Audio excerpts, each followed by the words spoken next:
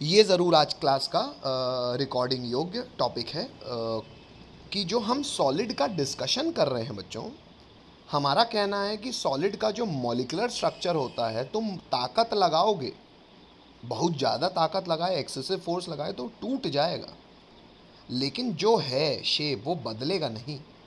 ये सॉलिड्स की बात थी, जो कि शायद नमक के स्वरूप में हम देखते हैं तो हमें सॉलिड को सॉलिड बोलने में बहुत अच्छा नहीं लगता कि अरे सर बदल तो जाता है, तो सर हाथ में लो मुट्ठी बंद करते जाओ तो टूटता जाता है, तो ये बहुत एक्सेसिव फोर्स हमारी मुट्ठी में, बच्चे की मुट्ठी में इतना एक्सेसिव फोर्स होता है।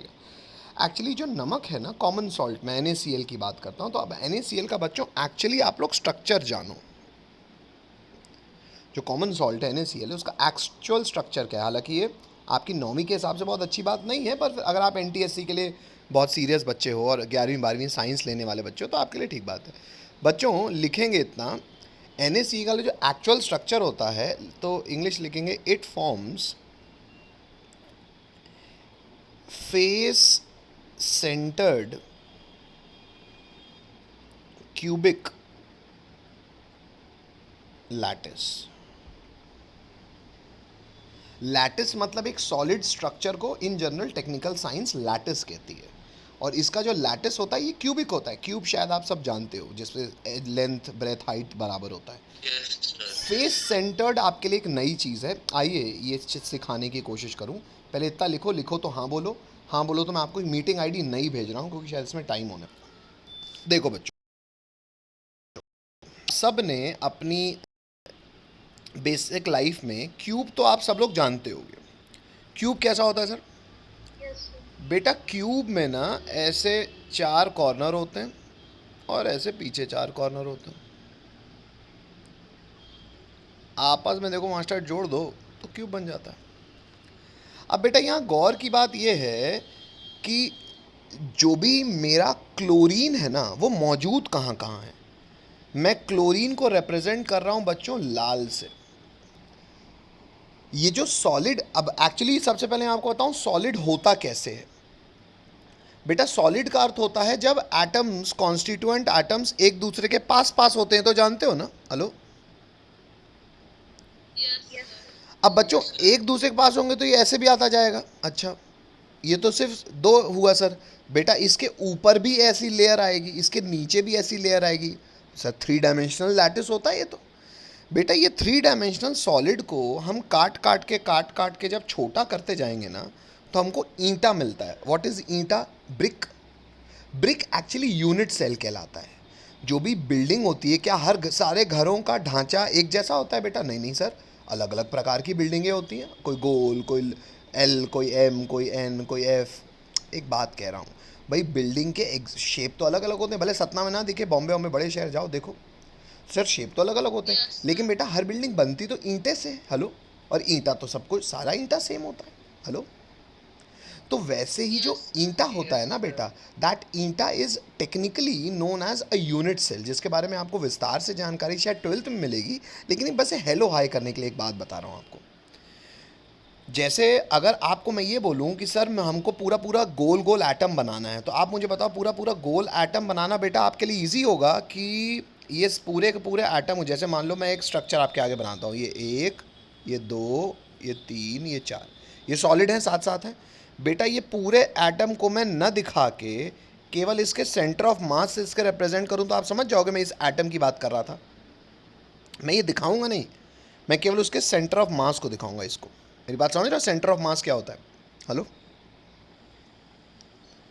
वैसे इसको हटा के मैं केवल इसको दर्शाऊंगा, वैसे इसको इसको हटा के मैं केवल इसको दर्शाऊंगा, तो आपको पता है एक यूनिट सेल दिख जाएगा। इस यूनिट सेल को मैं कहूँगा एक स्क्वायर। मेरी बात समझ रहे हो? एक्चुअली कोई गोला, कोई पॉइंट नहीं है ये एटम। लेकिन सर इतनी ड्राइंग करेगा कौन यार, और ये सब बनाएंगे तो इतना गोला समझ में नहीं आएगा, लो। इसलिए हम उसको उसके सेंटर ऑफ मास से रिप्रेजेंट करते हैं। मेरी बात समझ में आ रही है? ये मैं डॉट किस लिए बना रहा हूँ, हेलो। और बच्चों टेक्निकल साइंस ये डॉट को कहती है लैटिस साइट, ठीक है, हेलो। तो कोई भी जो मैं डॉट बना रहा हूँ उसको डॉट मत मानना। 3 डायमेंशनल स्पेस में प्रॉपर बड़ा सा स्फेयर होगा, वो तो केवल मैं उसके सेंटर ऑफ मास से उसको रिप्रेजेंट कर रहा हूँ ताकि हम उसकी सोच को समझ पाएँ। आइए इस सोच को मैं आगे ले जाता हूँ।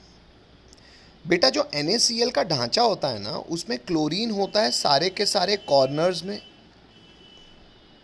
जो भी क्लोरीन होता है वो मौजूद होता है सारे के सारे कॉर्नर्स में in form of Cl minus, but it is a complete sphere in which I have only mentioned the center of mass of that particular species. Hello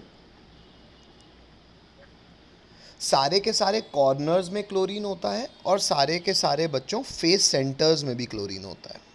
ये एक फेस सेंटर, दूसरा फेस सेंटर, तीसरा, चौथा, पांचवा और पीछे छठवां।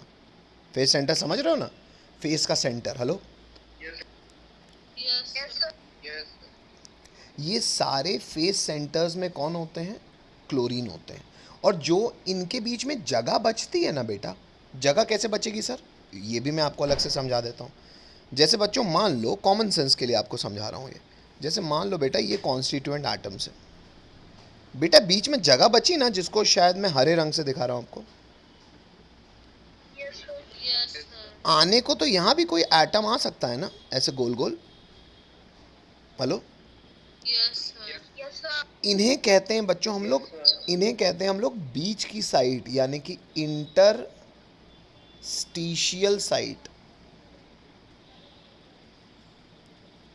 या कई लोग इनको छेदा कह देते हैं, वॉइड। हेलो तो ये जो छेदे बनते हैं ना, ये दो प्रकार के छेद होते हैं। एक छेद को कहते हैं हम टेट्राहेड्रल वॉइड और एक छेद को हम कहते हैं ऑक्टाहेड्रल वॉइड। एक्चुअली जो सोडियम होता है बच्चों, वो सारे के सारे ऑक्टाहेड्रल वॉइड्स में मौजूद रहता है। कहाँ पे?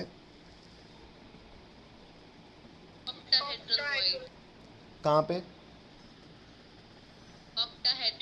अब ये एक्चुअली ऑक्टाहेड्रल वॉइड हमको लोकेट करानी पड़ेगी, लेकिन फिर भी मैं आपको एक सुंदर सा स्वरूप दिखाता हूँ, रुकिएगा। तो फोटो ना बना के कुछ जो जानकारियाँ हम लिखेंगे, वो जानकारी कुछ ऐसी हैं। लिखेंगे इन फेस सेंटर्ड क्यूबिक को शॉर्ट फॉर्म लिखते हैं FCC लैटिस। क्या लिखते हैं?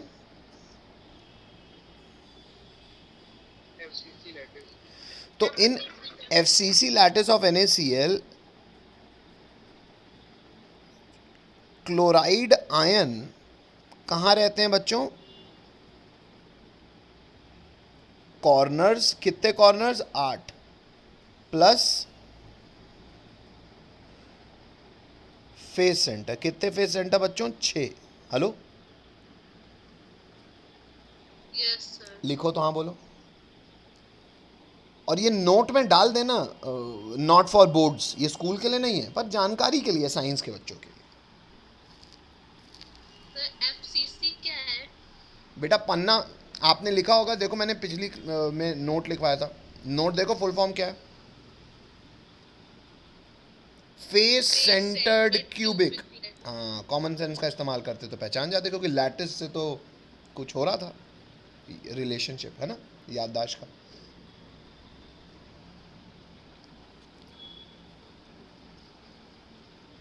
लिख लिया सबने इतना? यस। तो Na+ कहाँ कहाँ पे है? At each octahedral void. Octahedral void कहाँ होती है? S सेंटर में और बॉडी सेंटर में।